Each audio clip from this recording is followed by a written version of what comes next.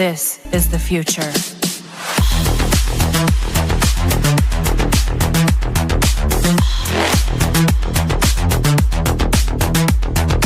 Evolution. The Crossing Realms Conference launches September 19th and 20th and will dock in Richmond, Missouri. This is already being called the event of the year, folks. With an unprecedented list of speakers and special guests, 2 days of cryptids, UFOs, and paranormal presentations, along with a celebrity-filled ghost hunt, meet and greet, gallery reading, vendors, and a film screening. This promises to be both educational and fun. Go to Eventbrite.com to secure your tickets and vendor slots before they are all abducted. They're going fast.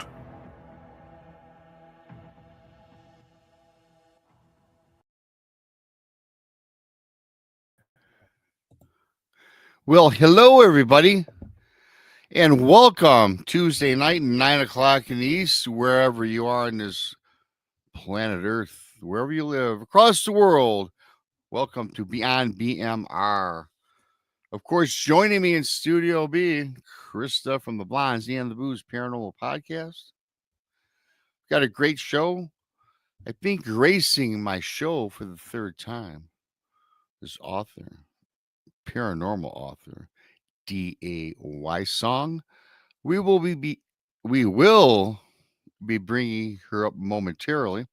Thanks to everybody for coming in. If it is your first time here, please subscribe to bigfootmichiganrob on YouTube, the Blondes and the Booze Paranormal Podcast on YouTube, Texas Front Porch, Monica Rollins, Our Paranormal World, Donnie Cho Says Stuff, Paranormal Paul, and I'm always leaving somebody out. Truth or Tinfoil, Josh over on PRT. Thanks for coming on in. We have a fantastic show slated for you.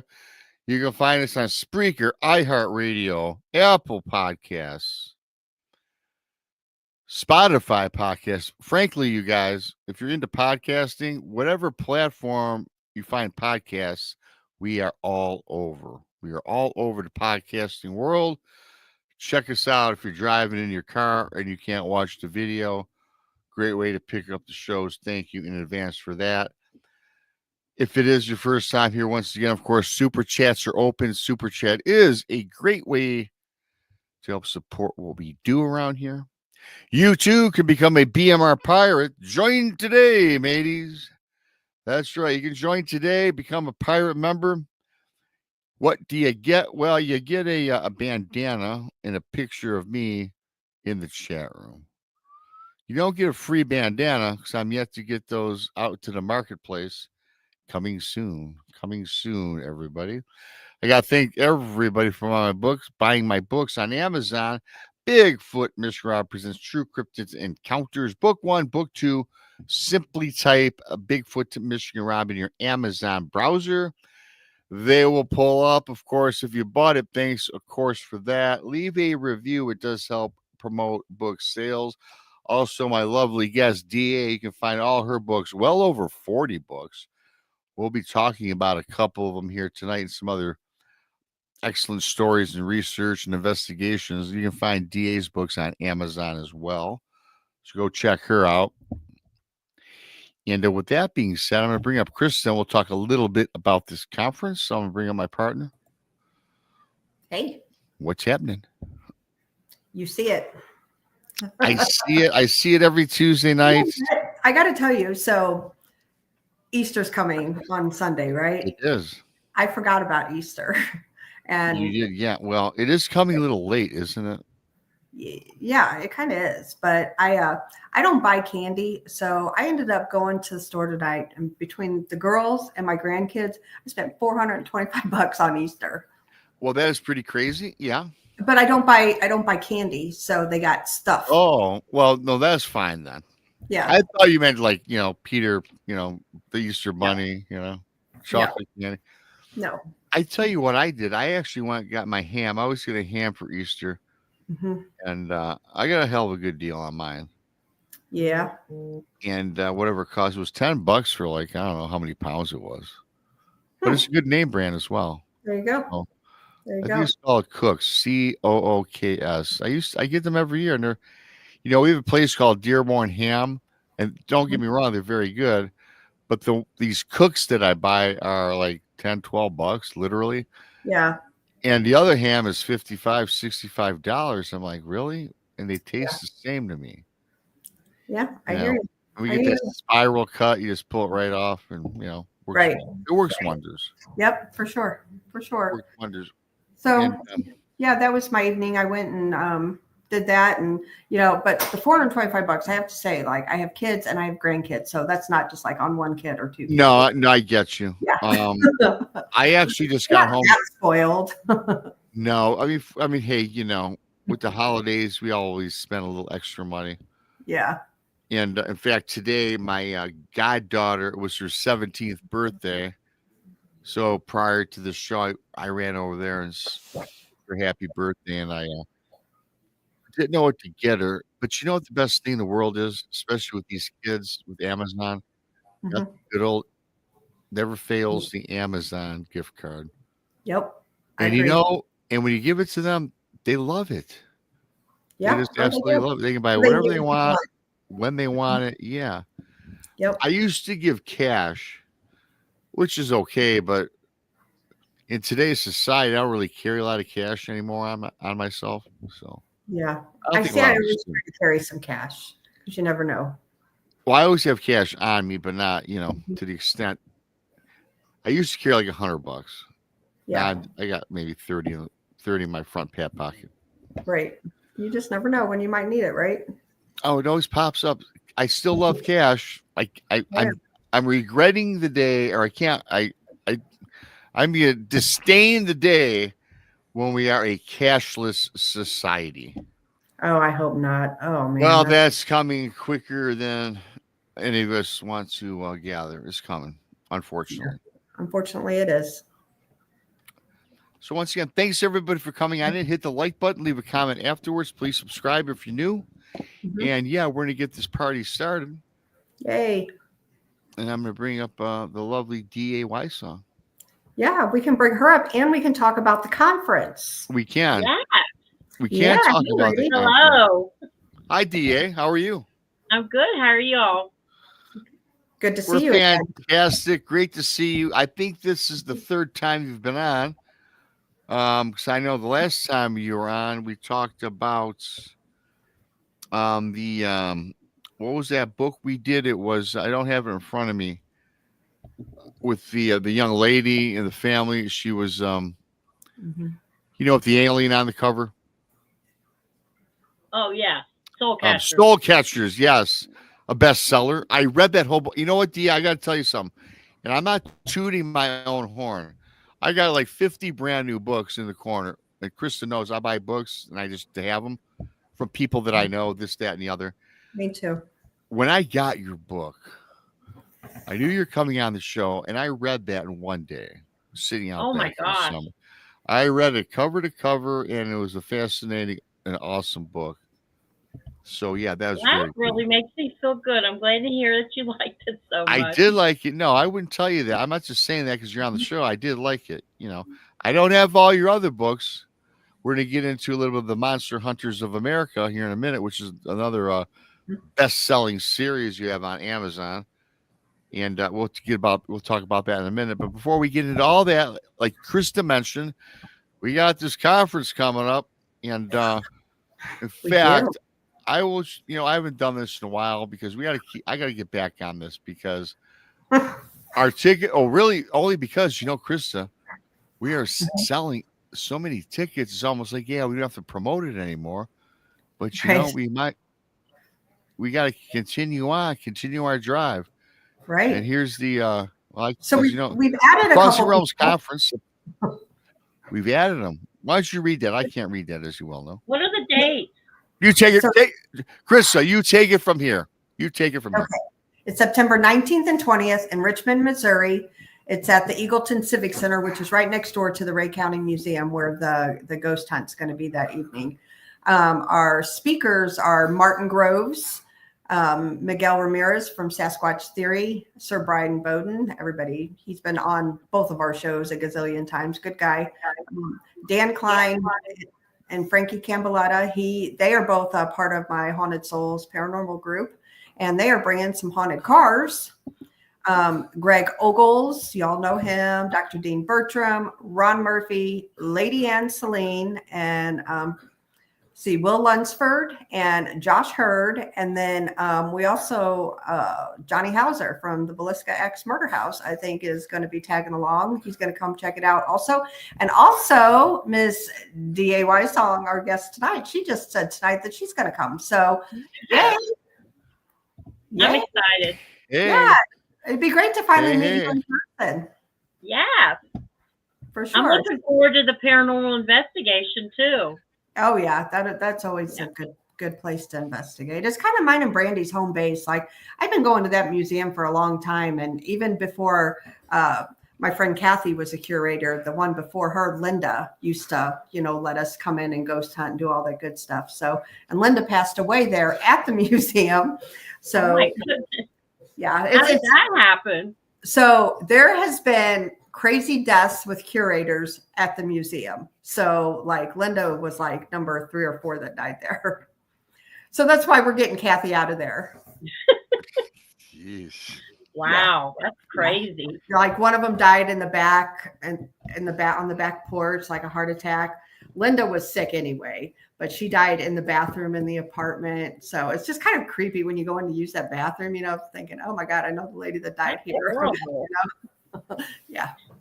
So, the cursed bathroom. That's horrible. Yeah. So anyway, to make a long story short about the museum, Kathy had been staying there for probably about a year now. And, she's getting out. She bought a house finally, and she's getting out of the museum. So it'll just be her job, back to her job, not her house. Wow. Yeah. Yep. Yeah, I'm really excited because unlike a lot of other conferences, and hey, listen, I'm not sitting here and say anything negative about any conference that people put on because it's a lot of hard work. All these people that do events do a great job. The marketing, the sales, promotions. But I got to tell you, I've been around now for a little while, right?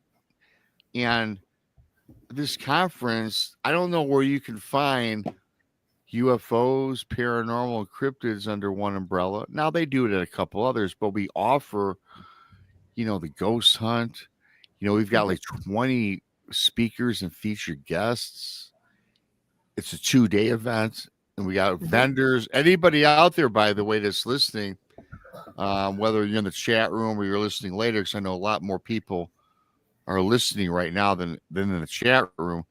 If you have anything that you like to sell, it doesn't matter. Antiques, books, novelty items, clothing. Just because if it's not paranormal related or anything like that, we have vendor spots for people to come on down and hang out with us and help make, and maybe you can make yourself a couple extra dollars. So that's available for anybody, whatever genre. So that's another really cool thing. Yeah. So we just got a lot going on for that weekend, and it's going to be a good weekend, and you're not going to see that many people. And I only mentioned the speakers. I didn't even mention the special guests. So, oh no. Yeah. We could, when you start the show, we could talk for 20 minutes, about all the cool people coming down. And all of us will be there as the hosts. And it'll be fantastic. Just fantastic. Sounds like all the cool kids are going to be there. Yeah, all the cool kids. All the cool kids on the block will be there. And now including DA will be there. I know. I can't wait. I'm looking forward to it. I'm looking forward as well. Looking forward to meeting you. And I have DA's bio. I have DA's bio in this show. She has a fabulous biography about her life's work. I'm not going to read that because, it's boring to read someone's bio. What I like to do is for people that are new, perhaps to you for the very first time, give us a little background and we can get into this. Well, I'm a paranormal author and I live in northern Kentucky right now. And I just published my 40th book of my Monster Hunter series, and they're all doing so well. I just can't even get over it. I think there's 10 of the books out now, and I think 7 of them are on the bestsellers list right now. Wow. And my newest one is number 2 today, so I'm super excited about that. And I'm getting ready to publish my 11th book out next month. So Wow. it just keeps coming. I don't know how it's happening, but it is. So you know what? Tell everybody what you told Rob and I backstage. How many books have you done this year? And it's only April. I just published my 6th book. Like, holy cow! Do you have any other time to do anything else? I don't know how I do it. I don't get out much. Obviously.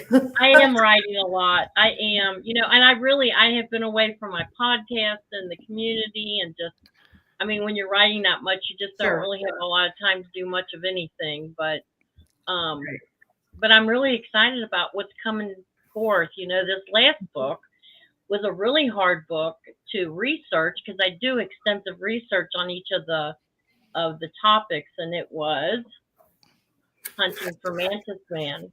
That's number 2 right now, and fellow author and 14 researcher Lon Strickler actually wrote the foreword for me. Okay.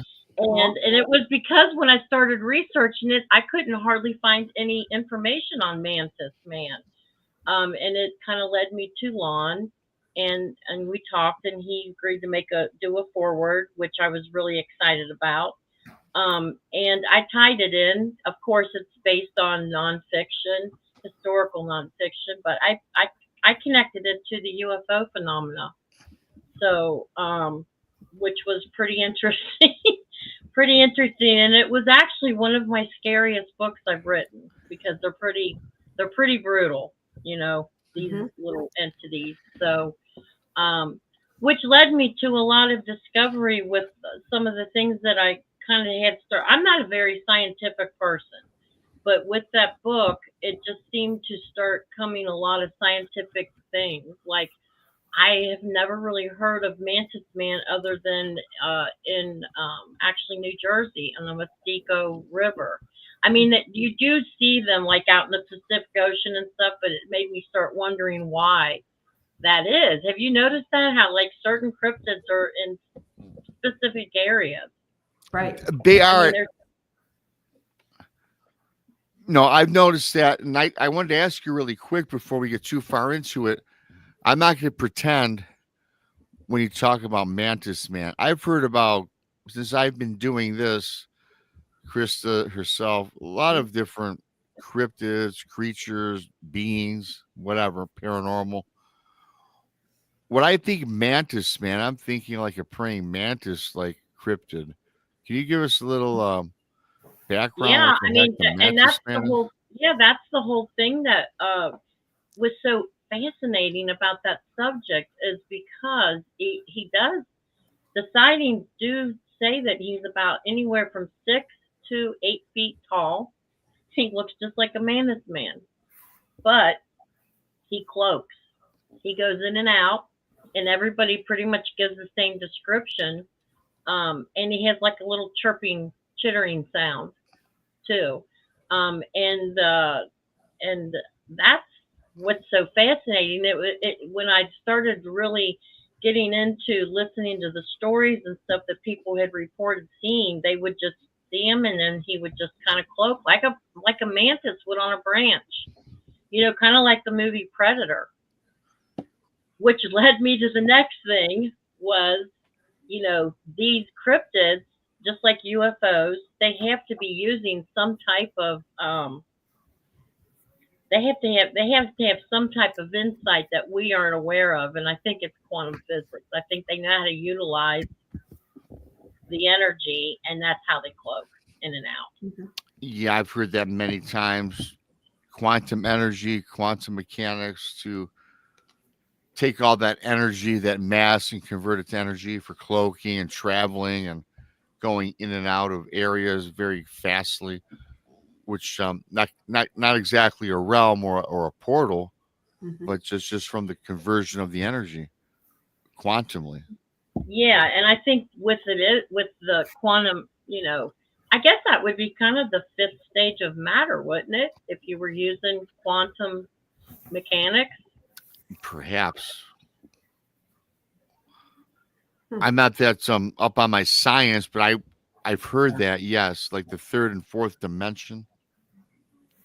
Yeah, or even like if they're, I don't know, I'm not really a scientific person, but it's funny because the more I write, the more scientific I feel like it is supernatural that we call supernatural paranormal, but I really think it's just a science that we're not understanding yet.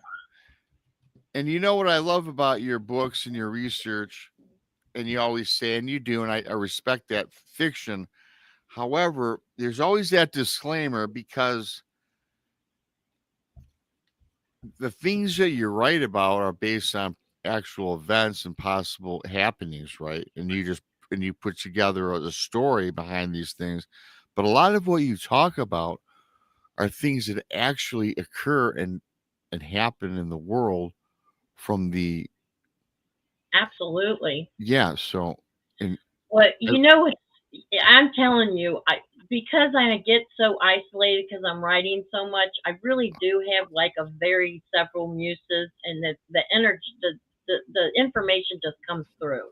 It's like a channeling almost. I feel like I'm actually a medium that is literally just writing down what's coming to me. It's almost like I can't even keep. I really feel sometimes I can't even take credit for it, because I don't do an outline. I sit down, I have a topic, and then I'll formulate it in my head, and then it just starts pouring out on the I've already got this book for May, a quarter of the way finished, and my last book was just published last week. It's just I can't even make it up. If I sit down, it comes out, and then when I'm not sitting down, it's formulating in my head.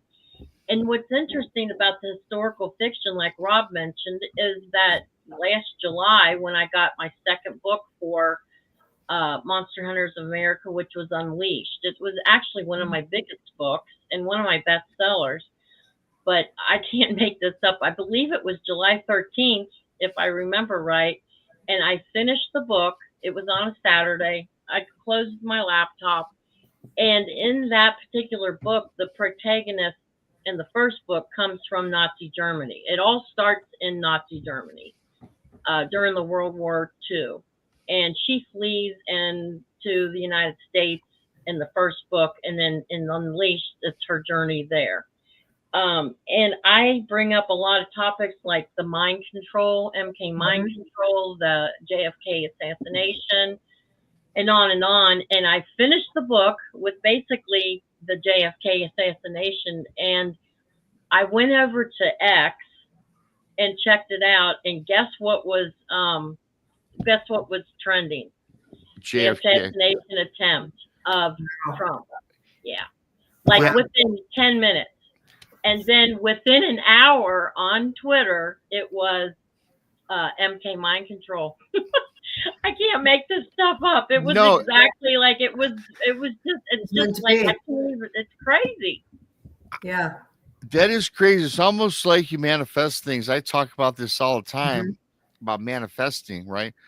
Right. When you're immersed so deep into a subject, hours, days, months on end, I think there's something to manifesting this. And that could have been just the energy.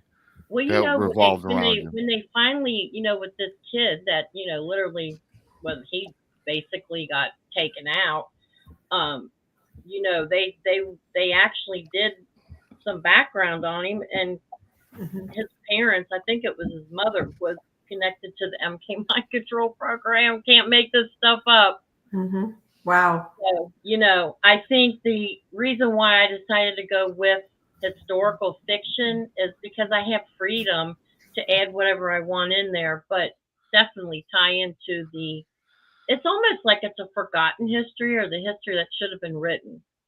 Well, the history that we read in the books isn't necessarily the correct way. Yeah. It goes down. And that's why I chose to go with historical fiction. And it's kind of like, here's the thing. It's like, okay, you're reading perhaps a fiction book, as you say, but really the thing that's fiction, with the research and the studies you do, is on things that have happened, allegedly have happened, right? With all the paranormal and the cryptids.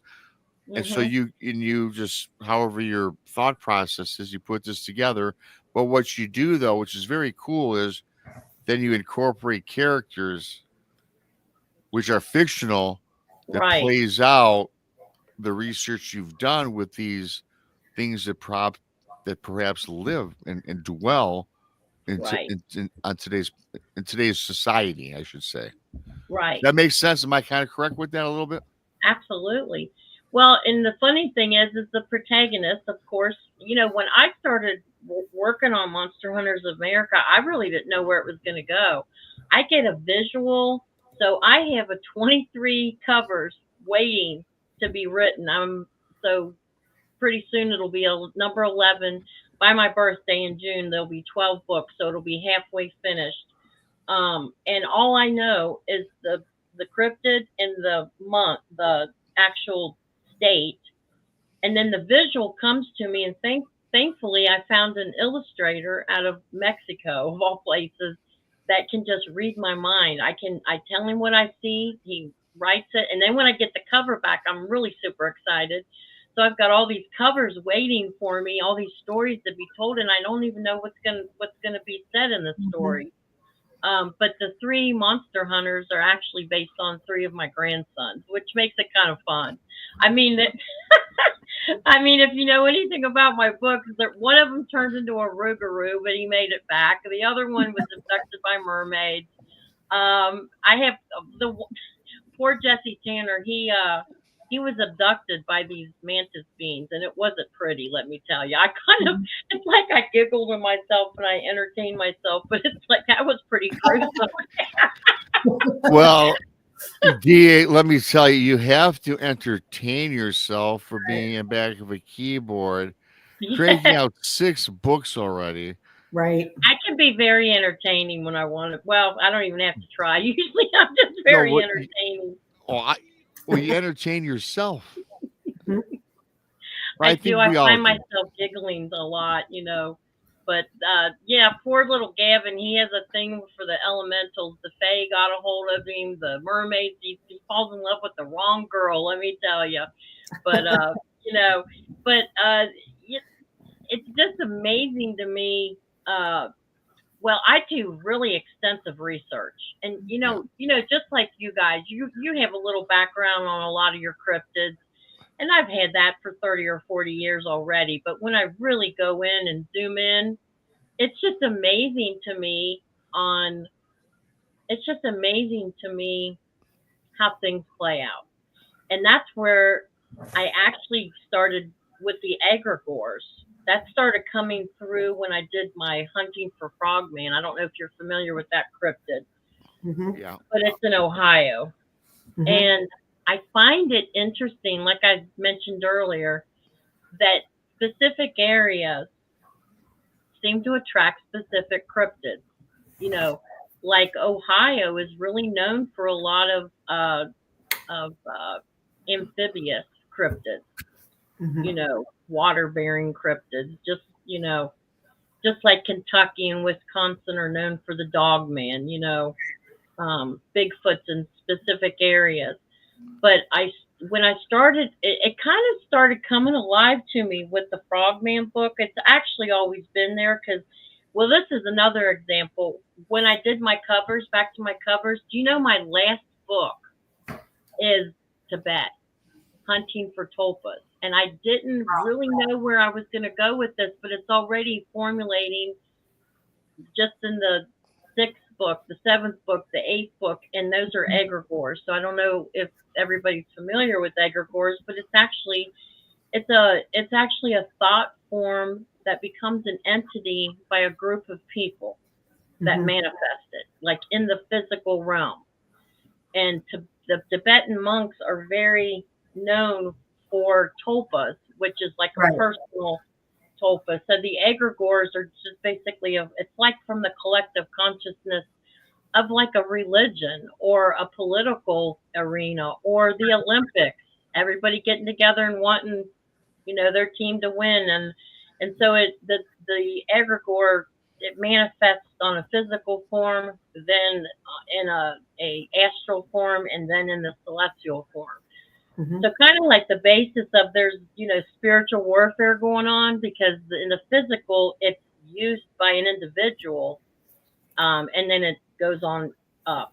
So, but in the Frogman book, at the last chapter, it really popped out at me. Well, there was a guy named it's not a guy, but a creature called the Crosswick Monster. Have you heard of that one? The Crosswick Monster. I have not. He's actually in Warren. It's in Warren County, and it was the Frogman book, and it's where they do the Renaissance Festival every year.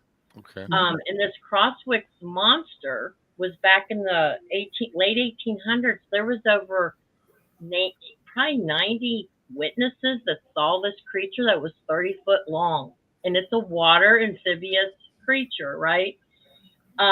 And it actually got a hold of two brothers. One was witnessing it, and it actually had it in his mouth and tried to take off with him. There was a pastor, a judge. I mean, people that were upstanding citizens of the community that witnessed this. Wow. And when I started really researching it, now I think Frogman's a completely different situation, and I'll tell you about that in a minute. But when I ended that book, it was in the Serpent Mound with the mound. I don't know if you're familiar with that. It's like a huge effigy. I think it's the largest one in the world. But do you know the Adena Indians literally, that was hit by a meteorite, but they literally shaped it as the serpent because they worshipped the Draco, which was, they were copying it off the constellation. And that's how it created into the serpent. So just imagine a whole tribe putting that intention and worshiping that creature. And then all of a sudden we have the Crosswick Monster that was 30 foot long. Wow. And it was seen repeatedly. So I think that is a perfect example of an egregore. This is back in like 1000 BC. That's how long ago it was. But ever since then, we have a lot of aquatic cryptids in the area, in the Ohio Valley. With the Ohio and just for reference, Wright-Patterson Air Force Base is only about an hour from there. Okay. So I believe this is really interesting too. The Frogman. Did you know that in Wright-Patterson Air Force Base, they literally have a mural of frogs? Oh, frog. Why do they have that there? I don't believe in coincidence. Me neither, Krista. And it just so happens they're about the same size as an alien gray. And I don't know about you, but I kind of remember when Roswell went down, that's where they shipped supposedly the craft and the body. So it wouldn't be too far to think that maybe they were doing some experimentation, because that's what I think Frogman is the result of. I think it's actually an engineered. I think they took frog and then the gray and combined it. So you think that we did it, or humans? Yeah. How many of these? That's what I think Frogman is. Now, Crosswicks, I think, might have been an egregore that was manifested by the Adena tribe. Yeah.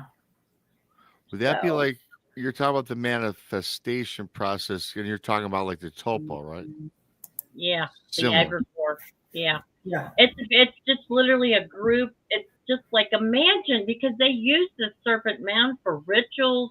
They used it to lay the bodies in there before they would bury them.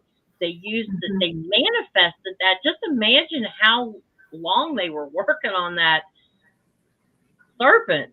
I mean, they had to go for years on that. The intentions that they were putting in there, worshiping the dragon, worshiping the serpent. I do definitely think, and they were very primitive. So I definitely think that intention, I think it manifested. Yeah. Interesting. Yeah. Because we know, like, I mean, we talk about this all the time. Brandy and I have talked about this on Blondes and Booze, that, like your intention and you're manifesting, you can manifest your life, like if you're looking for something good and positive and, you put forth, and you constantly think it, I believe you can manifest it and it can happen. So why not? Why can't you manifest a creature? Just like in witchcraft, I mean, that in all different religions, you can call it prayer or a spell or whatever you want to do. But when you're doing your intentions, I mean, that's, Well, what's a perfect example of Stephen King always seems like beyond the things. He might not verbalize and say that that is an egregore, Right. but the dark half. Remember that movie where the Mhm. writer is writing and then this dark half of him manifests Yep. physically? Right.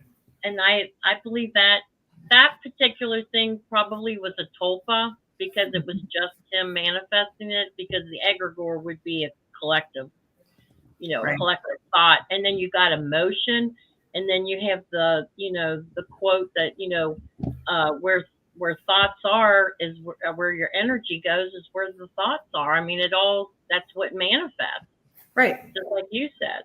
Yeah. Mhm. Yeah. So I that's what I totally think. That's what I that. think the Crosswick the monster is. And the fact that there was 90 people that witnessed this. I mean, if you go back and look in the research in the archives, there's a judge that literally said, "I saw what I saw," as well as a pastor. And all the people that were in the town, and the boy that was in his mouth. I mean, he literally had him in his mouth, getting ready to eat him. So it was pretty Right. brutal. And they said, what else? Why else I think that is interesting that it might have been partially supernatural. They said that thing ran for miles like a racehorse. Can you imagine a 30-foot, like basically, like kind of looked like a salamander bird, Mhm. kind of a mixture of a salamander and a snake. Yeah, no. But Wow. but Yeah. 90 people saw it running like a racehorse. Wow. And then it went into a hole where there was a cave. It's interesting because this is related, but not really to what you're talking about. The caves. You're from Kentucky. And there's a lot of You caves got in a lot of Kentucky. caves. Let me ask you, you've written many, many books, well over 40, and you can find most all of your books on Amazon, correct? They're all All, on there, yeah. all And books and are they're also Yes. they just started carrying them at Joseph Beth Bookstore and some local bookstores in the area as well. Cool. Like if you're in the area. So Joseph Beth has them too. I know that you do a lot of the research, and a lot of your books are based on incidents that you incorporate and tell your stories. Let me ask you, being a native Kentuckian with the cave system, and we all know that Kentucky can be pretty creepy. Have any of your books, and it doesn't have to be just Kentucky DA, it can be your life experiences. Have you incorporated any of the things that you've come across, whether it's paranormal or cryptid, into any of the books? Oh And if yeah. so, is there anything you can I elaborate on? think all writers do that. Mhm. When I wrote Soul Catchers, I could really relate to that character Deanna, or not Deanna, Demi, because of some personal things that she went through. Um, and so I based part of not all of the character, but I did do that. Now Deanna in the Monster Hunters, the original protagonist, I based that on myself, and that's why I'm saying I didn't know when I was going to start writing that she was going to be born in 1930 or 1928 and be in the World War II when I was basing this character on myself. And I'm like, okay, well, I guess I'm back here in a time trail, and this is how it would be. But she was a really strong feminine protagonist, which I really admire in other Yeah, women. for sure. Especially back then, it was in a time when men, controlled the narrative, and she was commissioned by no other than Adolf Hitler. You know what I mean? So that is actually probably my number one selling book in Monster Hunters. It has not left the top 50 in over a year now. It still holds true. So people, and it's under the Holocaust of nonfiction or fiction, Holocaust Mhm. fiction, historical fiction. Wow. And yeah, a lot of my experiences, as the more I write, I think the better. I've been told the better I'm getting.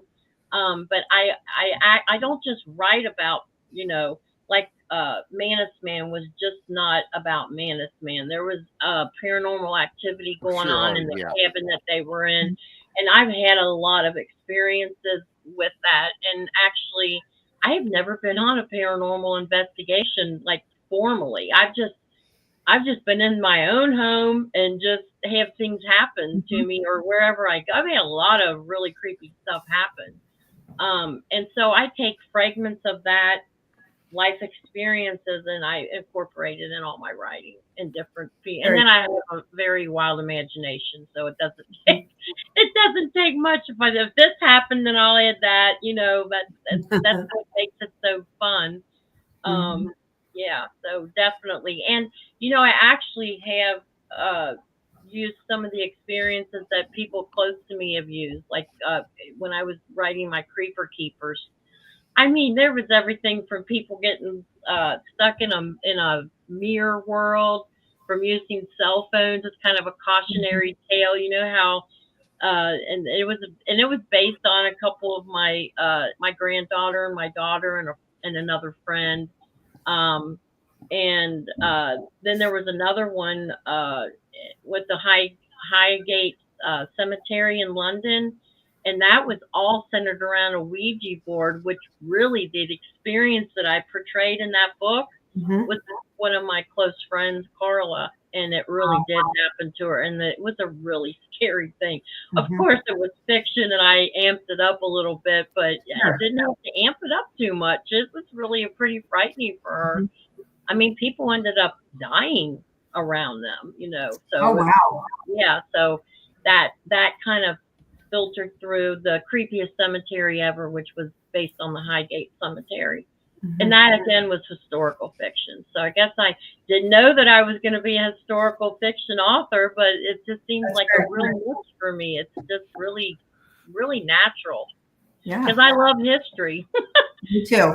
Me too. Yeah. Well, the cool thing about history too is, regardless of what you're into, history. I just love history because this goes back decades, centuries, and a lot of things that have happened in the past. And it doesn't matter if we're talking cryptids, the paranormal, war. They always seem to repeat themselves, don't they? Well, and I think it's because one reason is because you're supposed to learn from your history, but when it's not being told correctly and right, that's why we make those same mistakes repeatedly, I believe. Yep. Couldn't agree more.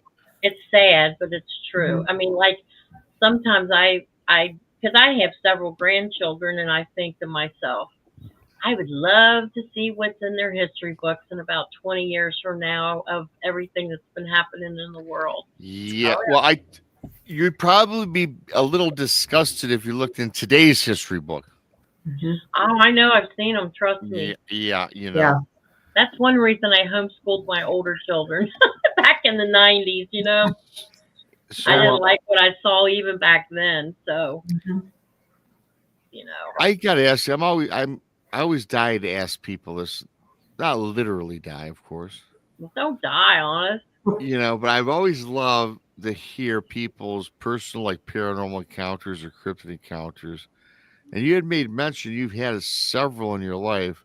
If you want to share any of that, I'd love to hear it. Oh my goodness. I mean, well, actually, when I was a child, I really didn't have any like things like hauntings or anything going on, but I was spontaneously astral projecting. I just thought everybody did it. Like I remember doing it when I was around 4 or 5. I didn't know how to verbalize it, didn't know how to talk about it. I was the daughter of a deacon, so you didn't talk about a lot of weird things like that. So I kind of just learned to, like, if I did bring it up, that was just a dream.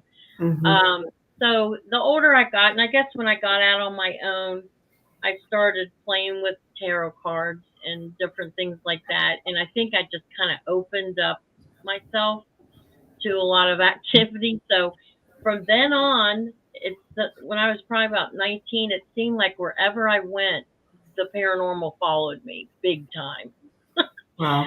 So, I mean, I've had, like, I remember being in Tampa, Florida, and the activity was, I sometimes look back and think really what that was. And sometimes I wonder if it might have been poltergeist activity. I'm just really not sure. But I'm talking about, everything from where people didn't believe it. Nobody believed in it that I was around.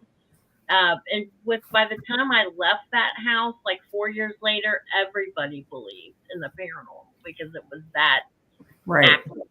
Wow. We're talking, you could see, like, if you went down a hall to go to the bathroom, there would always be like something black hovering over top of you. A couple times twice we went to the beach, and I don't know if you know what jealousy windows are in Florida, but it's like where a solarium is, and you wind them out, and it's really thick beveled glass, and it levels out. And I'm not exaggerating. We came back from the beach, and we had a Labrador and a German Shepherd, and probably 6 foot wide, and then however tall it was completely knocked out. The dogs jumped out of the house and literally. Wow. No, it sounds crazy, but you can imagine. We're at this date. We went to St. Pete that day and came back, and that's what we came home to. And then there was another time where there was windows in the living room, and again the 2 dogs literally knocked out the windows to get out of the house. I remember the last day that I was leaving, and I was in that house for like 4 years, and I was getting ready to move back up north. And I think it was angry because I was leaving, and the dog was laying under the bed, started shaking. I called my friend and said, "You got to get over here. I don't know what the hell's going on, but I am scared shitless." And up until then, it was just little things like the bookcase would come out all the time. It would be out at an angle, all the time. I mean, it wasn't like just once or twice. It was all the time. And it was one of the makeshift bookcases that it was kind of wobbly, but everything on the bookcase was perfectly the way it should be.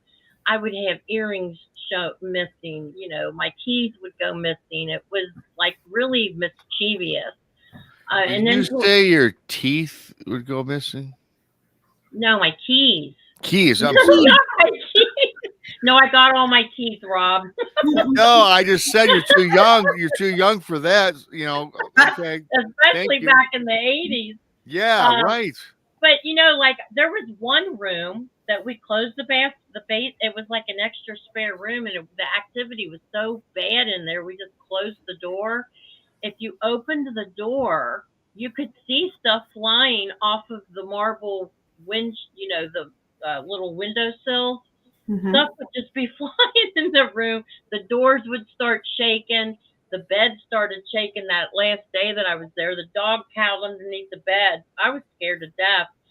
And my friend Shirley came and we got out of the house. And that was one time that really scared me to death. There was one particular incident right before that happened when a friend, we had several roommates in the house. It was near McNeil Air Force Base. So a couple of the guys were in the military. So my boyfriend, we were all roomies. And one of the girlfriends had a condo. And the thing, whatever that was, followed them to her condo. And she wouldn't even come back in the house ever again. And they could hear it going up the steps. And then they could literally see the impressions on the bed, and it just freaked them the hell out. I mean, they were just scared to death, So I don't know. I kind of feel like it could have been poltergeist activity, but whatever it was really normally just usually mischievous. But until the doors started shaking and things like that, and things were flying all over the place, I really wasn't scared of it, but that did frighten me that last day that I was there. That was probably, and the fact that thing followed her home, that was kind of scary. So how long were you there? 4 years. Wow. And the whole 4 years it was active? All the time. Yeah.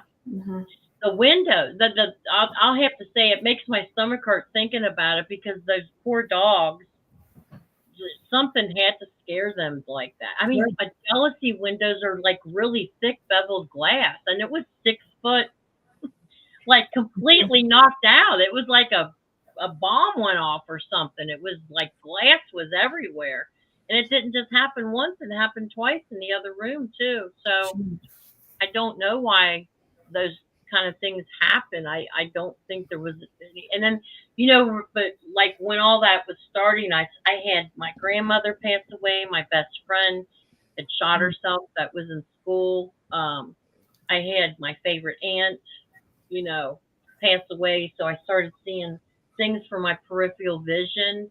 I think it's kind of really how it kind of started. And I was reading the tarot cards, and I was actually reading this oracle set that was from a Chinese oracle set too. And me and my friend Shirley actually both read them. But that's kind of what I think the onset of it was, but I think it was always there because, like I said, I did astral projection. I did this. I always knew stuff. Like as a child, I went out and I would just know certain trees, certain flowers. And then I found out that my great grandfather was an herbal doctor in Scotland in the Highlands Mountains. And I feel like I had some of that, I do believe that you have that like ancestral knowledge that's passed down to you if you're open for it. I think everybody has it, and some people just aren't really tuned into it. But for whatever reason, I was. So I always had that kind of sense of wonder and magic around me. But like I said, I learned really early on not to talk about it. So when I was out on my own, I was free to talk to whoever I wanted to about it. Right. I think that's what the difference was. I wasn't held back anymore. I didn't have to be shunned and not talk about things. Yeah, this. I gotta. You bring up a great point. Do you ever think that been told younger not to talk about certain things? Do you think that? Because I believe that people that experience different things in the paranormal, the cryptid, it doesn't really matter. All of this phenomenon, right? And as kids, because I can revert back to my childhood, this, that, and the other. Kind of like yourself, DA, do you think that when we're held back and we're told you're dreaming, it was a nightmare, this, that, and the other, do you think that in some ways it holds back people from advancing their skills? Or I think it depends on the person, because for me, I was always the black, and I still am the black sheep of the family. I beat to my own drum. I raised my kids to beat to their own drum. My grandchildren are the same way. It's like the bloodline's strong there. We do our thing. And I think for me personally, it didn't matter what anybody said. I knew what I was experiencing. Right. I knew it was real. I can relate to that so much. Yes. And when you hear something funny, my mother and my one sister both admitted to the astral projection probably when I was in my 30s with my sister. Oh, yeah, I do that all the time. And then I'm like, well, thanks for like speaking out when we were kids. And then 6 months before my mother passed away, she had, I didn't know that's what it was called. I've always done that. And so it was like a confirmation. I really didn't need the confirmation because I already was secure in myself, as a child even. And what's really interesting about that is I'm not going to specifically name who, but there's a couple of my kids and a couple of my grandkids that have those same gifts. So I get to tell them, it's okay. This is what that is. And just make sure you do this or do that. So I get to guide them a little bit. So they don't have to feel weird about it. I didn't have anybody like that, but that was my journey, my path. And I think like you, Krista, I mean, you can relate to it because back and then we didn't talk about stuff like that. Like today, everybody talks about it. Right. I mean, I was, always interested into, the paranormal, but and things I think back on my life now as a kid, different things that happen. I'm like, okay, I know what that was now, but as you said, it was just, a dream or, your Right. imagination or something like that, So we Well, didn't. and I was always attracted to astrology, or if I Mhm. could read anything about monsters or anything like that, you know what I mean? I was there. I would get lost in the library. Still an avid reader. Yeah. I don't get to read as much as I like to now because I'm always writing, but I've read a lot, and you can see them with all my books. I do love books, and I love to read, and I love Me to too. learn. Yeah. Yep. Me too. So yeah, I just and then I actually had a group. We had a group experience as a family. We Wow. were out. Yeah, this was my middle daughter was pregnant with her second child, Jesse James. We were out in Boone County in Kentucky, which was on 60 acres, and the driveway to get to where we were was a 2 mile long driveway. And so it's where we went hunting as a family. We fished, we hunted, we went camping, and so we were getting unpacked, and it was just started the bonfire, and everybody had their tent set up, and it was like dusk, kind of. Right. All of a sudden, we started hearing drums, Native American drums, and they were from afar, and then they started coming closer and closer, and everybody was just kind of like standing there looking at each other. And my daughter Bobby was just, she was like probably just a couple weeks away from giving birth. It was in October, and she was so scared she got on the gator and got a chainsaw because she didn't know what the hell to think. But it literally came closer and closer and closer to us, and all of a sudden we had a Bronco that we had drove there, and all of a sudden we heard a stampede of buffalo coming, and the whole Bronco went like that and moved. The whole Bronco just moved, and we're just like, "What the hell was that?" That's And cool. then that particular property was called Happy Jack Holler. And there was I don't know if you're used to being in rural areas, but we're out right by where the Cincinnati airport is. We're Boone County, Kentucky. It's actually in Kentucky, but it's called the Cincinnati airport. And so there were, little brick stone walls that were built. That's what they did, build it. And so I don't know. It was just, we had ghostly encounters there with a little girl singing Ring Around the Rosie. So that area, did you ever go back and look into any research, any history or anything? Was it? Yeah, I did. Yes, I did. And actually, what's really interesting, there was a lot of Native American, Big Bone Lake. I don't know if you've been Big Bone State Park is where the salt licks are, where the mammoths come. That was only a couple miles away. So there was a lot of history in the area. And when I did my Ghosts of Northern Kentucky, I actually did a chapter, like Rob was asking me about my own experiences. Yeah.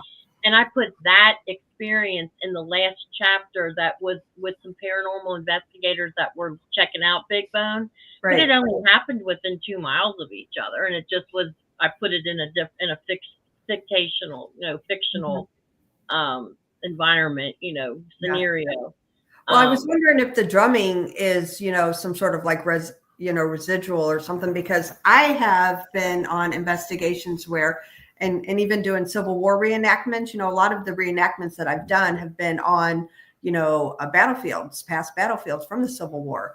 And I've heard, like cannon fire. I actually have EVPs of cannon fire. There's no cannons going off, but we were out ghost hunting and we got EVPs of cannon fire. So, and I know that's residual, and that's why I was wondering about maybe the drums with, I definitely do think that it was residual energy, and then not far away from there, another chapter in my book was the Hebron Cemetery, where, you know what, it made me so sad to do that research on that, because I mean, I knew it was bad, but I didn't realize how degrading and disrespectful the Black community was treated back in those days. And so there was a chapter where this particular cemetery is very haunted, but I had the people in the Civil War, soldiers that were trapped in that cemetery.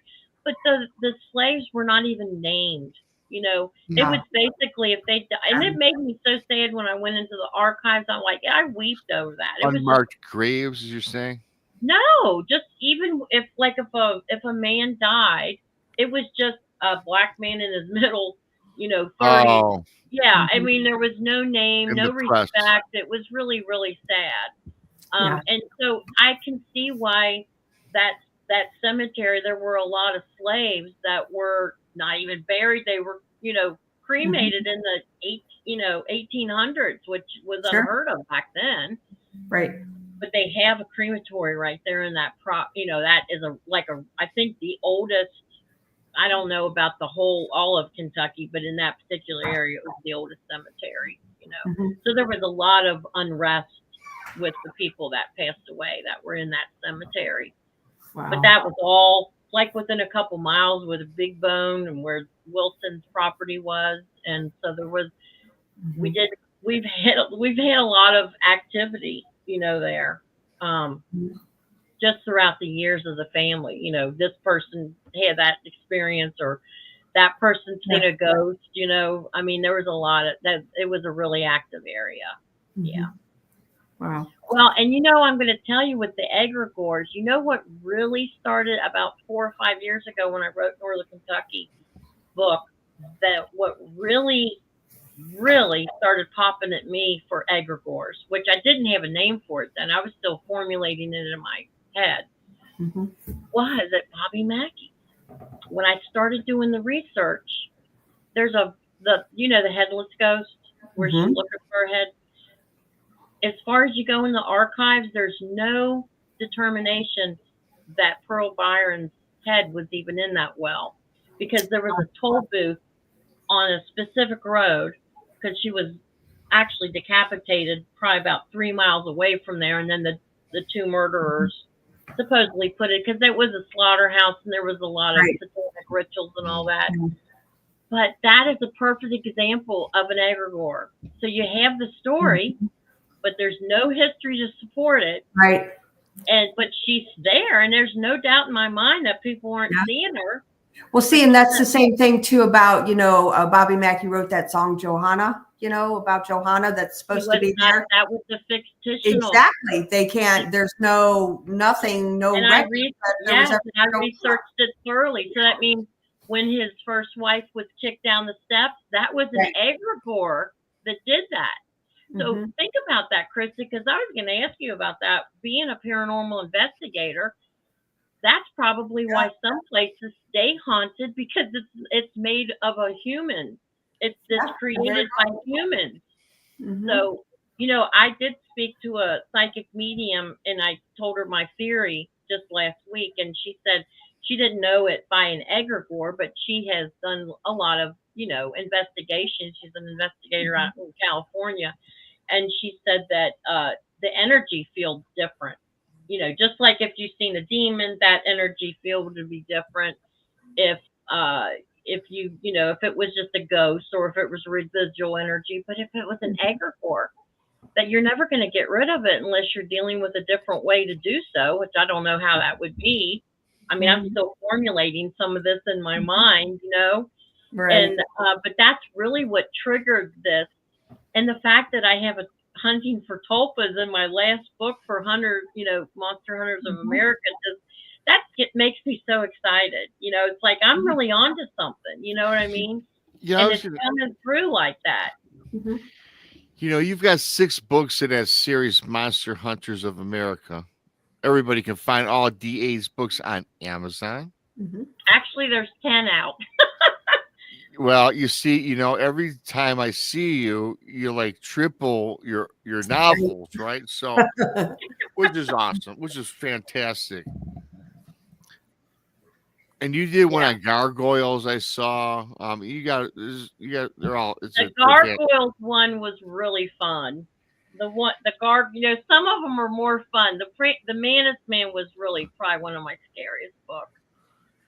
The Rougarou was entertaining for me because, and that in itself, with the Rougarou, a lot of that is what I had just written Dogman, which I definitely think that's a flesh and blood cryptid. But do you let me run this by you, what you guys think. You know how there's all these different like they have A, B, C for all these Bigfoots, or there's like type something for a Types, dog yeah. man. You got all these Yeah. different classifications. I think that they're definitely flesh and blood cryptids, right? Beasts, animals, whatever they are. And I think that they're not all one thing. And then I think sometimes that people can manifest what they think, and that's why it's like somebody that sees somebody rob a store. You're going to have different, people are going to report it differently. They're going to sketch it differently. This guy had, beady eyes, and another one will say all this, So that would kind of explain why there's so many different classifications. Right. And Yeah. not to mention with Dogman, I think a lot of that is kind of like Frogman, where it's engineered. Well, and I Well, think too that like they're misidentified, like maybe even some sort of Bigfoot or something like that, like how do we know like a Gugway or you know what I'm saying, like what the difference is. So maybe they're misidentified something. I get it. And I will say this. First of all, that classification of the dog man, number one, that's outdated in my opinion. There's like 10 different classifications. Here's what I know from people that I've spoken with. I mean, we've done tons of interviews with people.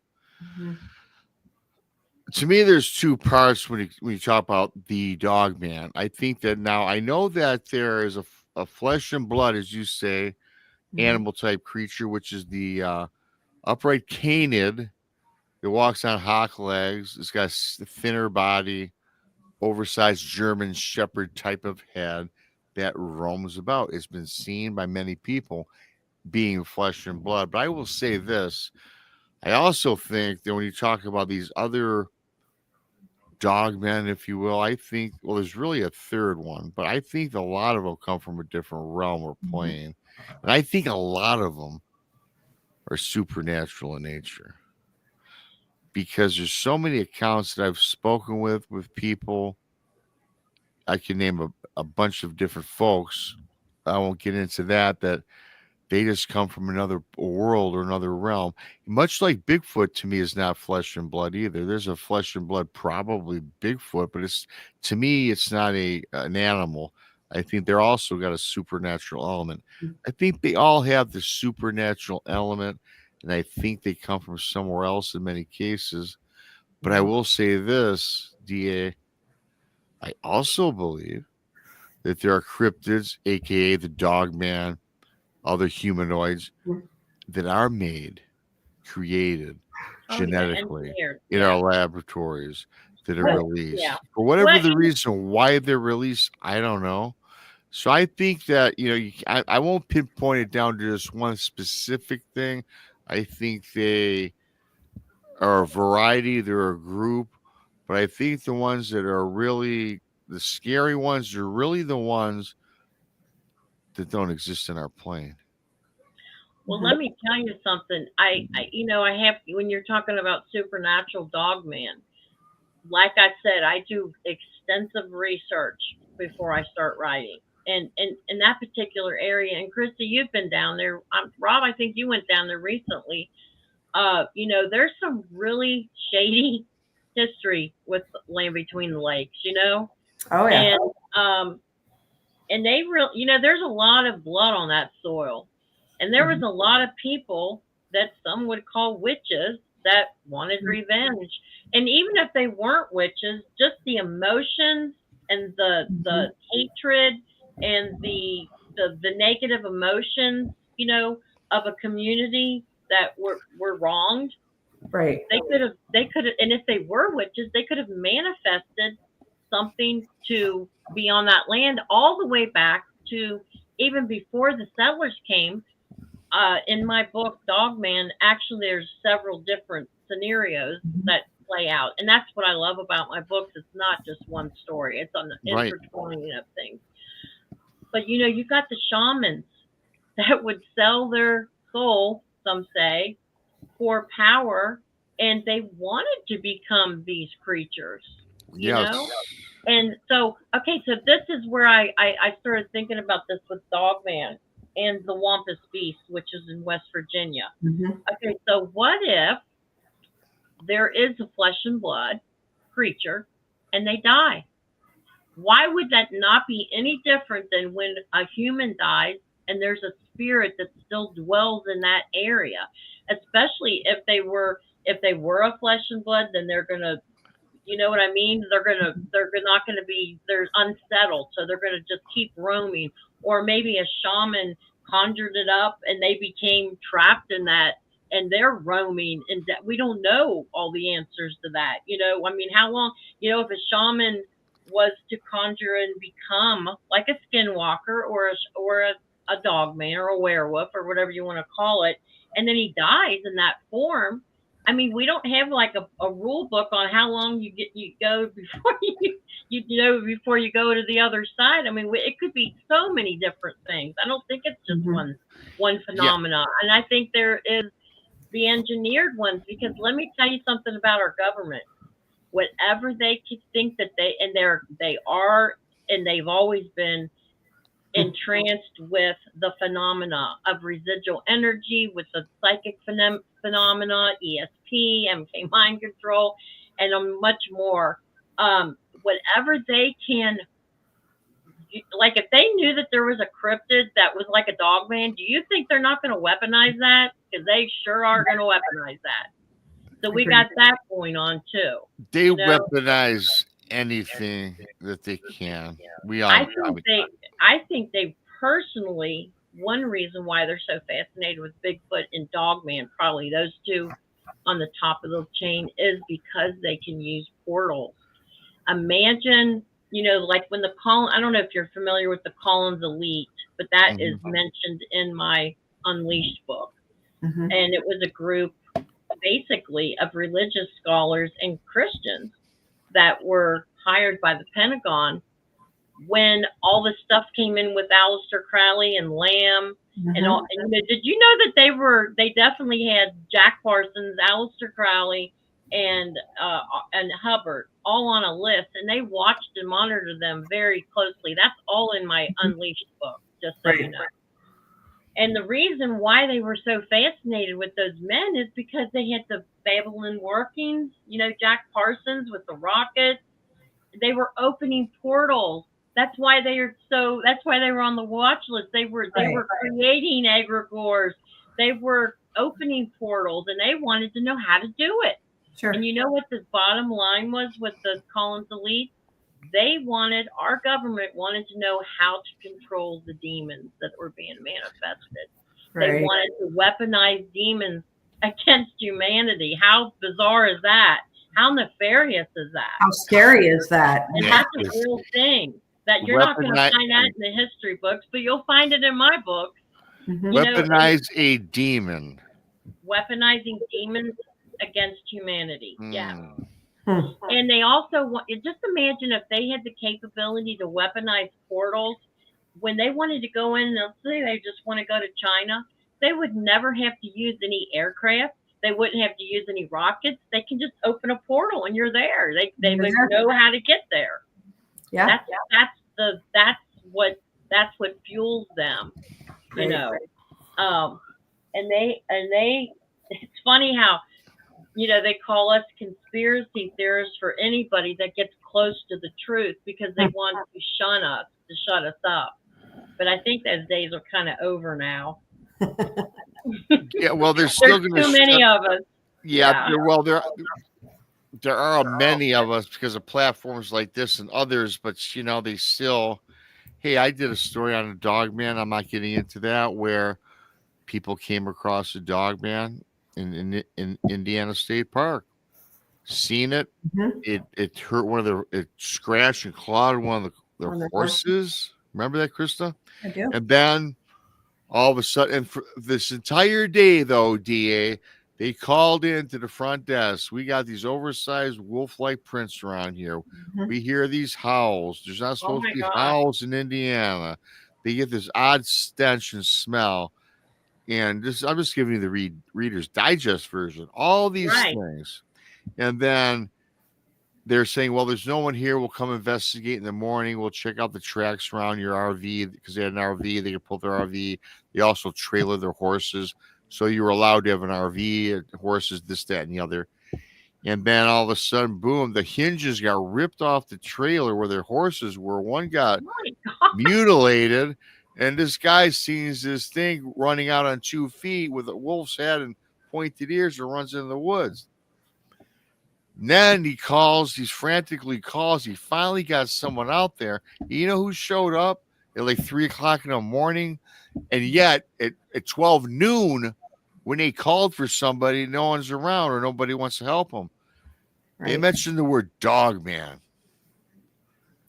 And they got there, and it was a sheriff, it was an administrator of the park, and it was some other guy dressed in a suit. 3 officials, right? Well, you know who's really familiar with them guys? Our friend Jody Cook. Yeah, Jody's gonna be on. I always have he's gonna be on in the summer. And let me tell you, all of a sudden the son of the dad yells dog man, and they look at them. And long story short, they offered them to pay for their trailer rental. I think I remember hearing that now. Yeah, everything.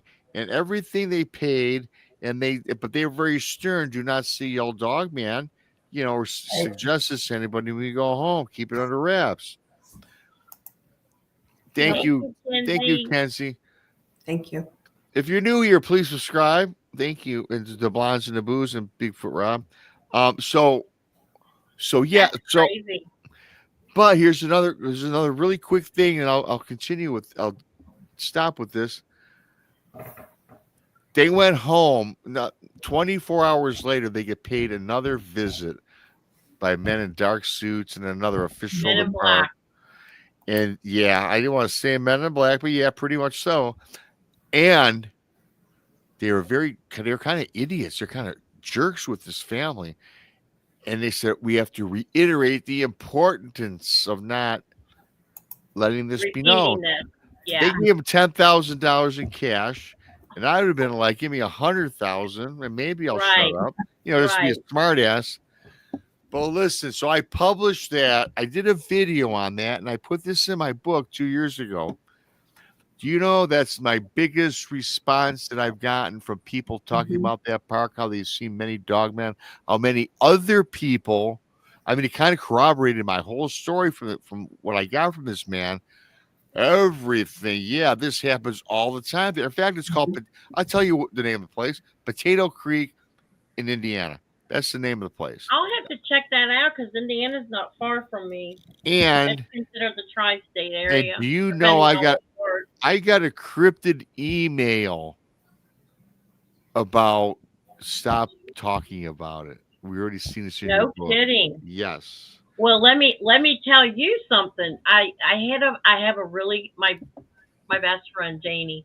She's a nurse, and she travels down the AA highway, which is a road that eventually it goes to Moorhead, Kentucky, if you know where that's at.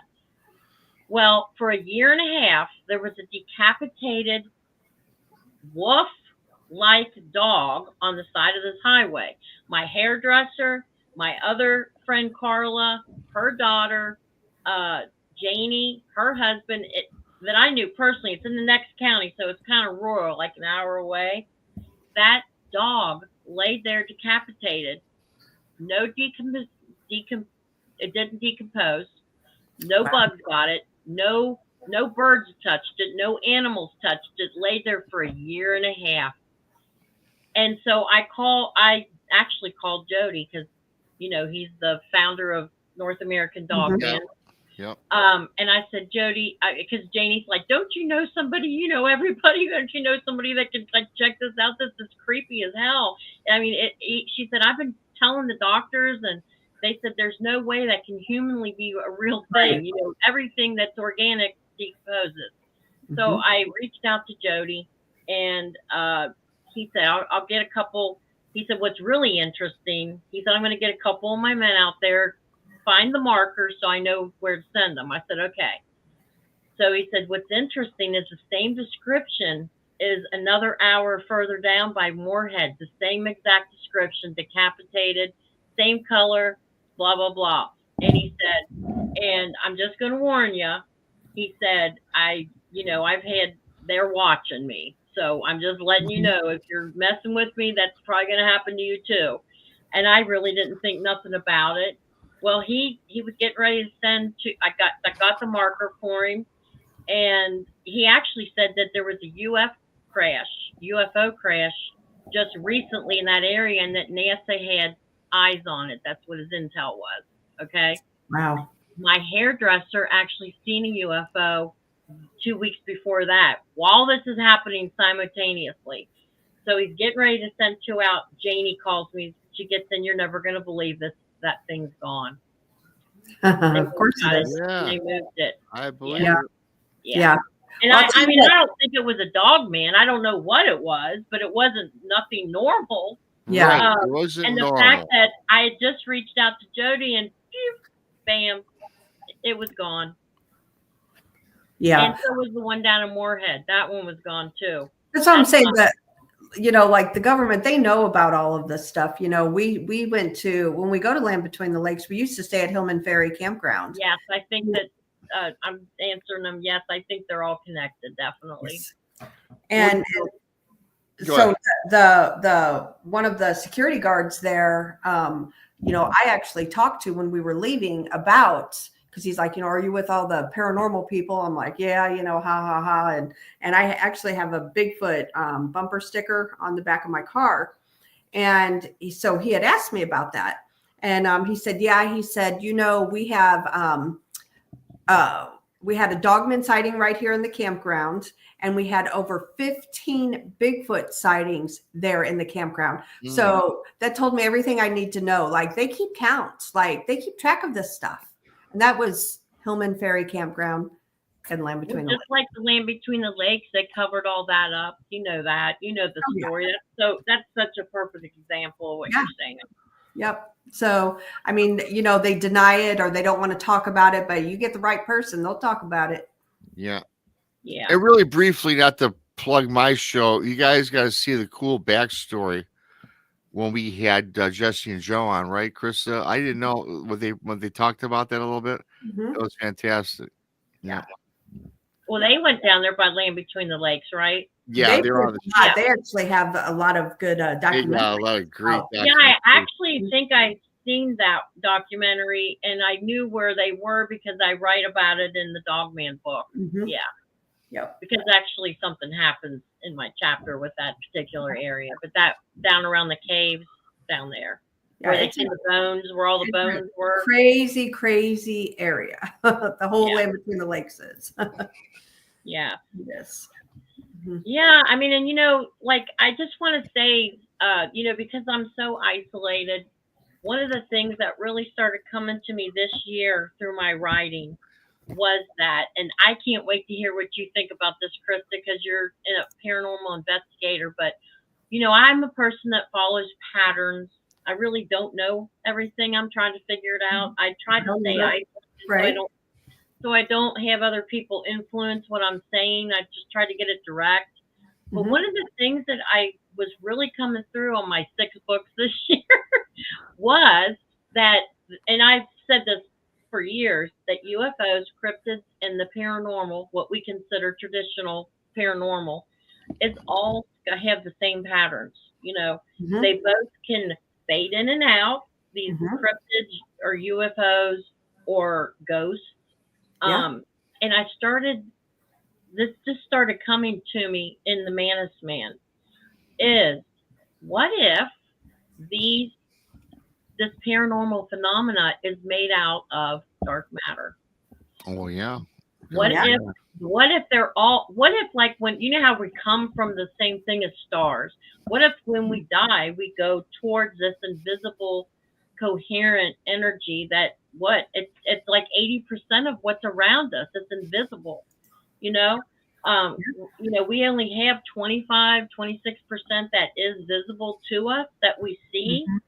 And so what if they are part of the dark matter and that they are tuning into this phenomena that we call quantum physics. Because it does have to do with gravitational force, because Absolutely. you see ghosts levitating, you see them, going through walls, the same thing with UFOs, the same thing with cryptids. And this is what's really cool is, so I actually wrote about this in Mantis Man, and then so when I get done with a book, I try to decompress and then catch up a little bit. Tubing's been my latest favorite, and I came across Dr. Simon Hine. Are you familiar with him? I've heard, yeah. He actually wrote a book. He actually wrote a book called, guess what? Dark Matter Monsters. And I was just like, I can't make this stuff up. So he was explaining it on a quantum level and a scientific level. And what was so exciting about these last 3 books is I'm not really that scientific, but I'm becoming more and more scientific. And I think what we consider paranormal and supernatural is really just a part of science that we don't fully understand yet. And I think we just term it is supernatural because it's not what happens to any of us on a regular basis. Yeah. And when I seen that he wrote this book, I think it was like, I don't know when he wrote it, but I could sit there and listen to him all night long. I would love to pick his brain and he's in Colorado. So it's Dr. Simon Hine. You might want to look into it. Simon Hine, yeah. Yes, Hein, and he's just really down to earth, and he just makes it really easy. And it was everything that I wrote in my Mantis book. If I was getting it directly from my muses, so I was like super excited about it. Wow. And he explains that, like, you have the gravity, and I did this in my book as well. You have the solid, the gas, and then the liquid for forms of matter. Well, you know what else I started? When we were seeing all these TikToks and all these plasma balls, that's considered the 4th matter. It's plasma. Right. So then you go into the 5th form of matter, which is tapping into the quantum field. And I think that's where this phenomena that we call Bigfoot, or and they're cloaking into the tree. They're the tree, and then you think the tree's there, and then you go back the next day and the tree's not there because it was really Bigfoot. And the same thing with ghosts, and the same thing with UFOs.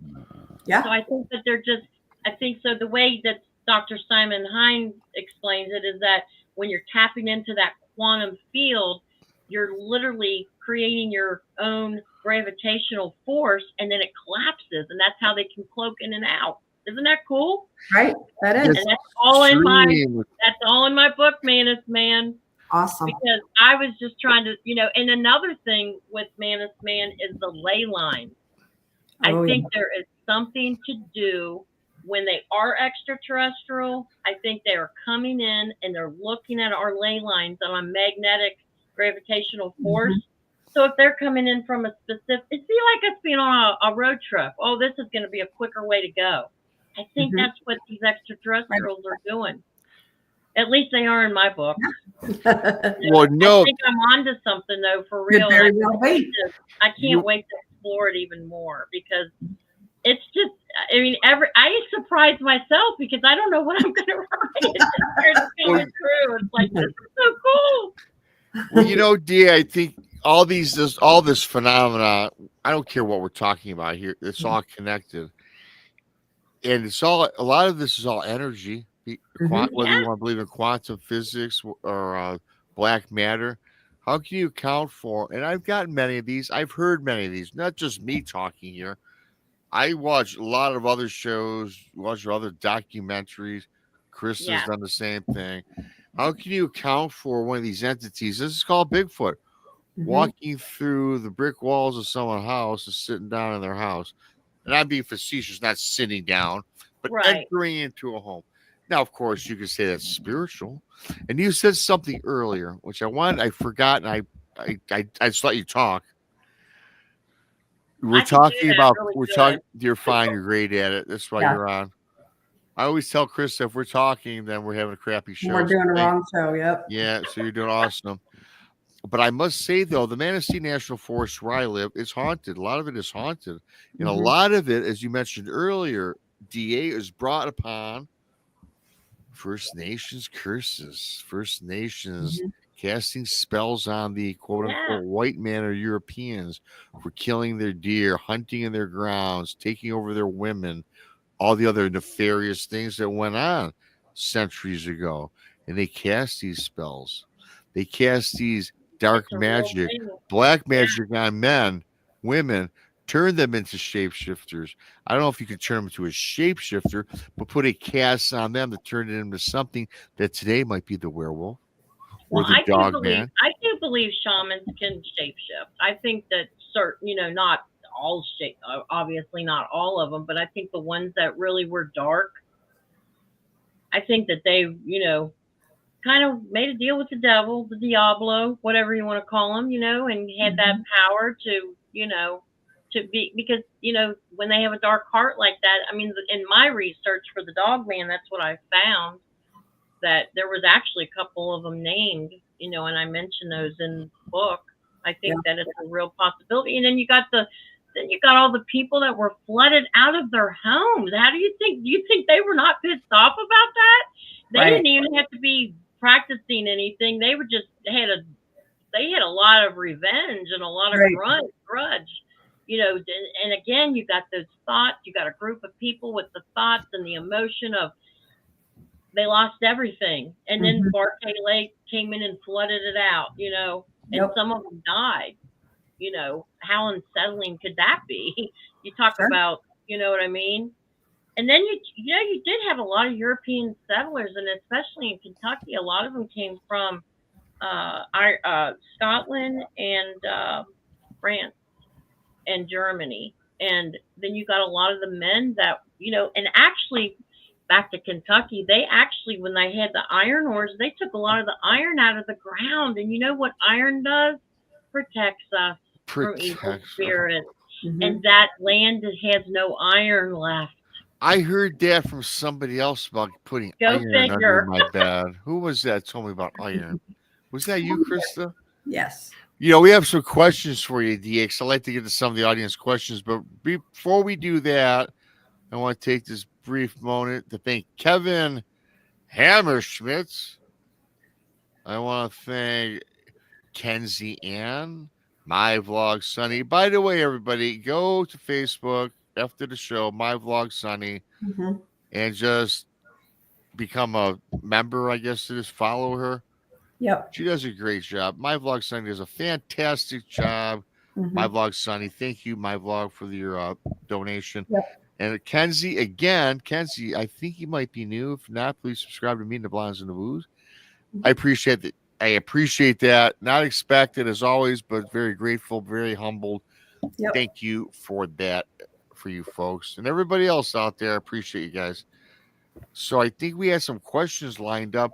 You got a lot of people love you, DA. We have some, I really enjoyed the show, and I don't know how to tap into I didn't join the chat, but I will next time. Yeah, but it's so hard to tap into the chat. Trust me, it's hard enough for me to talk to people in chat doing a show. Right. But they know that. They get everybody's comments, and I really appreciate it. I feel really welcome. Thank you. And thank you to Lori Gibbs. Yes, thank you, Lori. All right, questions. Actually, the first one is for you, Rob. Oh, wow, of course. Rob do you have an audio version of your books? Do I have an audio version of my books? No, I don't. But if you want an audio version of me telling stories, I do it every Friday night at 6:30. There you go. But I will say this, Ron. No. Hey, not yet. Rob, on Amazon, you have that option now. So if you've got it in a Kindle version, I thought about doing it myself, but I've just been so busy with everything else. But go check it out, because I will look. You can even pick out if you want a male, a female, English accent. They've got all kinds of stuff. It's a new feature, like in the last 2 weeks. Another thing I'll have to look into. But yes, I'll check into that. I'm on. My books are published as a paperback, and they're on the Kindle or ebook. I was on that really quickly. I was on that read my book for free thing for 90 days. Thank God it's expired. I was making 1 penny for every 10,000 pages read. That 100,000 sucks. 100,000 pages were read damn near for free. I'm done with that. You're done with the It was freebies, my huh? fault for not reading the fine print. I just said, yeah, I'll do it like a dummy. But anyway, well, that's another story. So we got some That's questions another here. Couple story. questions here. Yep, Yeah. there's a couple here. Okay. So, does DA think UFOs and cryptids are connected? Most definitely. Most definitely. I couldn't agree with you more. I think they are. I think And it's I'm all going to say connected. this too. I want to ask you this, Krista, real quick, if that's okay. Sure. The orbs. I've actually posted it on Twitter, and I've asked a couple of paranormal investigators, so I'm going to ask you too. What is the farthest back that you remember? Now, my favorite ghost story is Scrooge with George C. Scott. Mm-hmm. But seriously, and all the stories of literature and movies, how far back did you really start noticing orbs on investigations? Because, I mean, I'm older than you, but I really don't remember them back in the day. No, and the first orb that I ever remember seeing with my eyes, I'm not saying in a picture, actually saw it with my eyes, was a blue orb, and it was at a place, Tri-County Truck Stop. And it went underneath someone's tripod because we were doing a ghost investigation. There was probably 10 of us down there in the basement. We all witnessed it. And it went between the tripod legs. And so that was actually the first orb I ever saw with my eyes. And what year was that? 2012, maybe. Right. And so I had always, thought that orbs were on the paranormal side, on the ghost side of things, until I went to the LBL. Now I'm out in the middle of the woods, middle of winter time. There's about 10 of us there, and there's nobody else out there. And we're seeing orbs, not just myself, but a bunch of us are seeing orbs of different sizes and different colors in the woods. So what was it? I don't know. I think the orbs are what I'm telling you. I think the orbs are part of that fifth state of matter, like Dr. Simon Hine talks about. And now, before I even knew about that, in my third book, UFOs in Alaska, I actually have it where they're traveling in the orbs. And I think it's because of the triangle and everything, the way the magnetic charges. I think it's almost like so like how we manifest as us here on this plane, but if we went to the afterlife, we wouldn't be in this form. And I really think like these cryptids that come in, and we're just going to talk about Bigfoot right now. And I think that when he's in it, wherever he comes from, he's not in that form. But when he transports, he's using that orb as a vehicle. And I think that on a quantum level, he is connecting. These cryptids are connecting, and so are the ghosts, and so are the UFOs. And that's where I think that they are all maybe not connected, like maybe just neighbors, or they're using the same quantum approach. Yeah, they've tapped into it, and I think our government has tapped into it, and we are on the verge of tapping into it. Well, and another time, just last year, I was at Land Between the Lakes again, and there was a bunch of us there, and we saw more orbs in a different location than where we had first saw them. So, I don't know. Greg Ogles, a good friend of ours, he saw orbs. Well, he was the one I was with last year when I saw the orbs, but he talked about some of the ones that he saw before were intelligent. Like he actually got responses from them.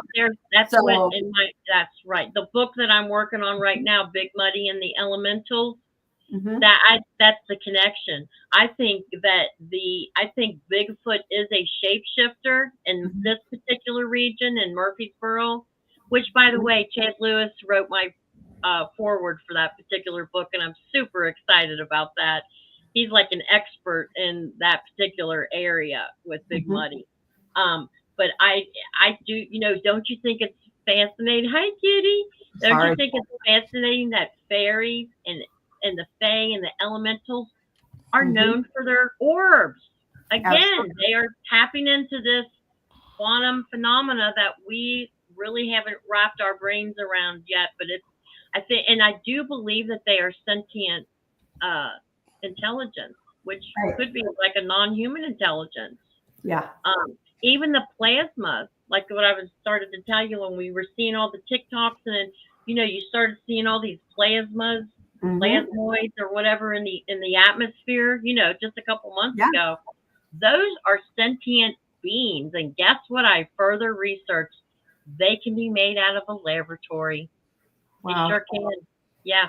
Wow. The government has had that. You know why they can create them in a laboratory? Because they are intrigued with the phenomena, the very phenomena that we're talking about, and they Right. have mastered it. They know Right. something that the Oh. UFOs know, and the Fae Mhm. know, and the cryptids know, and ghosts, obviously. But Yeah. I find it fascinating that really, like poltergeist and any kind of ghost story that just think about it. Do a little research on your own. There is no mention of orbs Yeah. until maybe the last 15 years, Yeah. 20 years, maybe. Yeah. It's pretty crazy. I agree. Yeah. So, I mean, or maybe ghosts are evolving. I don't know. I You know. know? But I Mhm. find it fascinating that the with in the boots on the ground, the investigators and the researchers that are literally out in the field are seeing these orbs, Yeah. which I think is fascinating. Me too. And I think it's a vehicle of transportation. And I also do believe they're sentient beings, and I also do believe that, if we really believe that down at Land Between the Lakes there's some engineered dogmen running around, why wouldn't there be some sentient beings in the orbs that they have created Right. watching us? Absolutely. Yeah. I see that my favorite, my biggest fan joined for a little bit, Krista. Yes. You And she just plopped down right in front of me now. I'm petting her. She loves you, Rob. I know. She hears Rob. She comes running. I don't see the cat all week, only on Tuesday nights. Yeah. Well, my little cat just had 2 kittens on the full moon. So she's in there behaving and being a mommy cat right now. So yeah, my little Athena. Yeah. She makes her appearances from time to time on my stories. She loves to hide behind my bookcase, and she loves to get wherever the energy's at. Yeah. She's my sidekick. Yeah. Like, this is getting interesting. Right. Right. I'm convinced that cats are interdimensional beings. What do you think?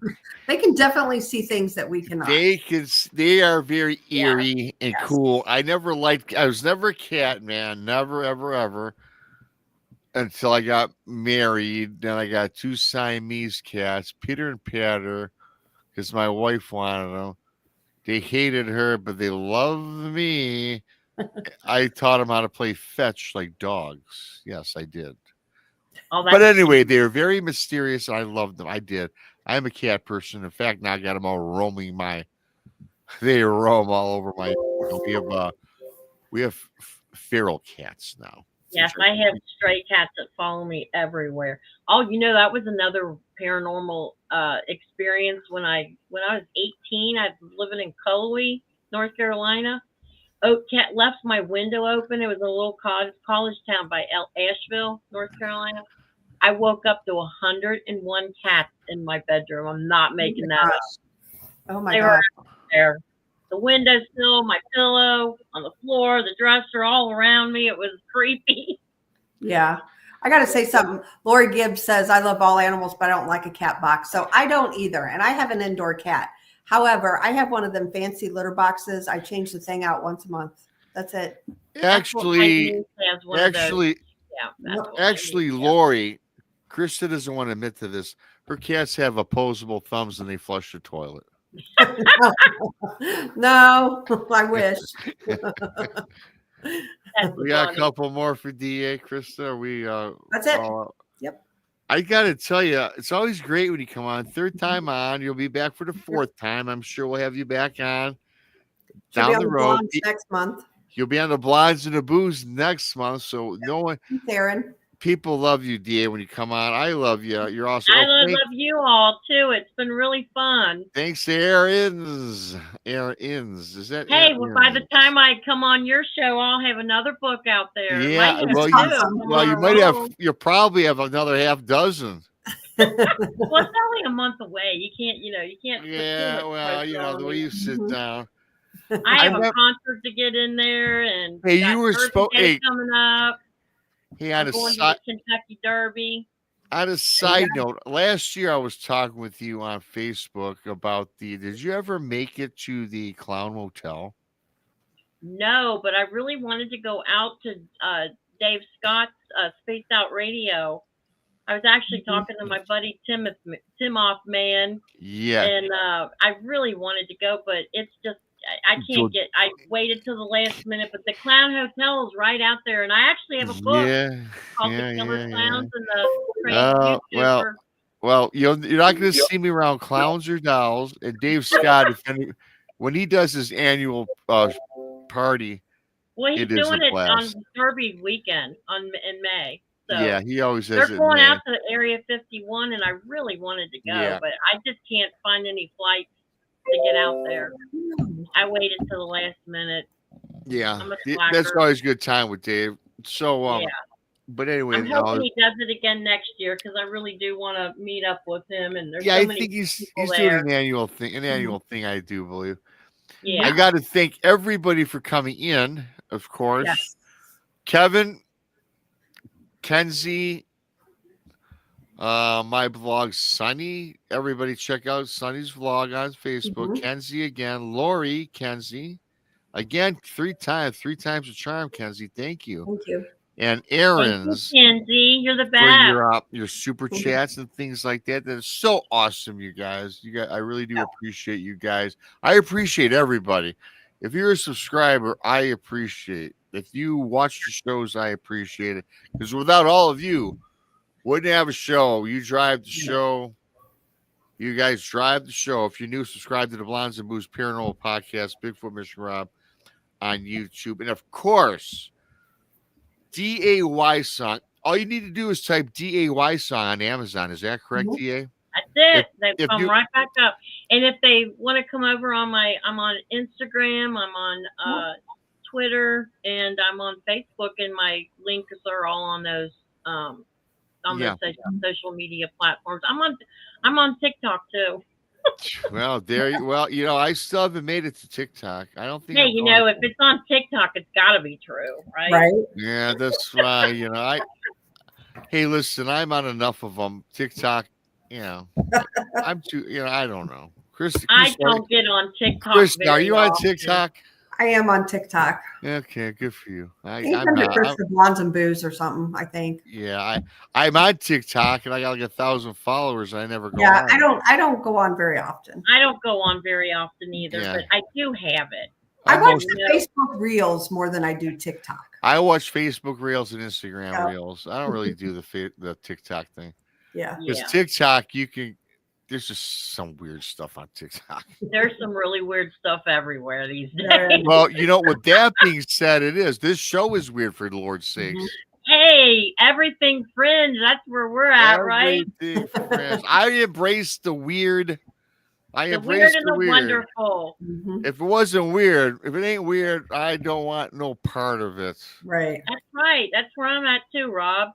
Yep. I love hanging out with you weirdos. Yep. Yeah, I love weird people. I'm really looking forward to September too. I'm gonna try and get out there Thursday. I'll have to talk to Carl and see. Yep, for sure, man. I think you're only like 5 or 6 hours away, Missouri, from northern Kentucky. So it's on the Kansas City side. So from St. Louis to Kansas City is 3 hours. Hey. What area is that? It's Richmond, Missouri. Hell, DA, everybody's mother's going to be there. We've already sold like 1,000 tickets. Yeah, I wish. We couldn't hold 1,000 people, Rob. Oh, the hotel, one hotel. 8 hours. It's 8 hours. 8 hours. It's 8 hours. Yeah. So that's why I'm bringing a friend, because I didn't want to be on the road alone. Bigfoot might be the dog man or a frog man or a crosswick monster or an alien. So are you Or a going mermaid. to bring some books to sell? Yeah, you better. I was just listening to Rob. Yeah, I think that's what I'll do, and I'll Yeah, have signed copies for everybody. Get a vendor table. Yeah. I'll have to do. Yeah, I'll have to get up with you on that. Okay, well, Chris is the boss. We'll give you a deal for the table. Okay. Yeah. Shh, She's my friend. I'll give her a table. You did hear it here. Yeah. Yeah, since I'm at a late bloomer and at the last minute and I'm not on the roster, I'll just get a deal on the table. Yeah. Again, thanks for everybody for coming on in. Hit the like button on your way out. Hey, leave a comment if you would after the show. You don't have to, but it does help. Another YouTube thing. They put so many parameters to grow your show, right? So if you want to leave a comment, go for it. But for sure, hit that like button on your way out. And subscribe. And of course, subscribe if you are new to me and Krista, and Tex and Monica and Donnie and Paul. All the other weirdos. All the other weirdos. That's right. All of our weird friends out there in YouTube land. Yeah. With that being said, I'm just fishing. You know what I'm doing, Chris. I know what you're doing. I'm fishing. All right. Thanks, Krista. Thank you, DA. Thanks to everybody. Thanks for all the super chats. Hello. Great seeing you again. And we'll be on, really quick. Today's Tuesday, right? Mm-hmm. Krista, Thursday, real quick. Anything special going on Thursday? We have Ron Bowles, Bigfoot. Oh, that'd be very good then. Ron Bowles Thursday with the Blondes and the Booze. Go check them out. With that being said, we are officially out of here. Peace out. Peace.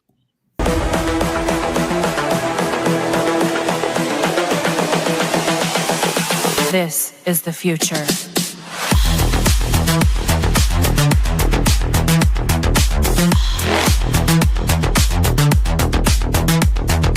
Evolution. The Crossing Realms Conference launches September 19th and 20th and will dock in Richmond, Missouri. This is already being called the event of the year, folks, with an unprecedented list of speakers and special guests, 2 days of cryptids, UFOs, and paranormal presentations, along with a celebrity-filled ghost hunt, meet and greet, gallery reading, vendors, and a film screening. This promises to be both educational and fun. Go to eventbrite.com to secure your tickets and vendor slots before they are all abducted. They're going fast.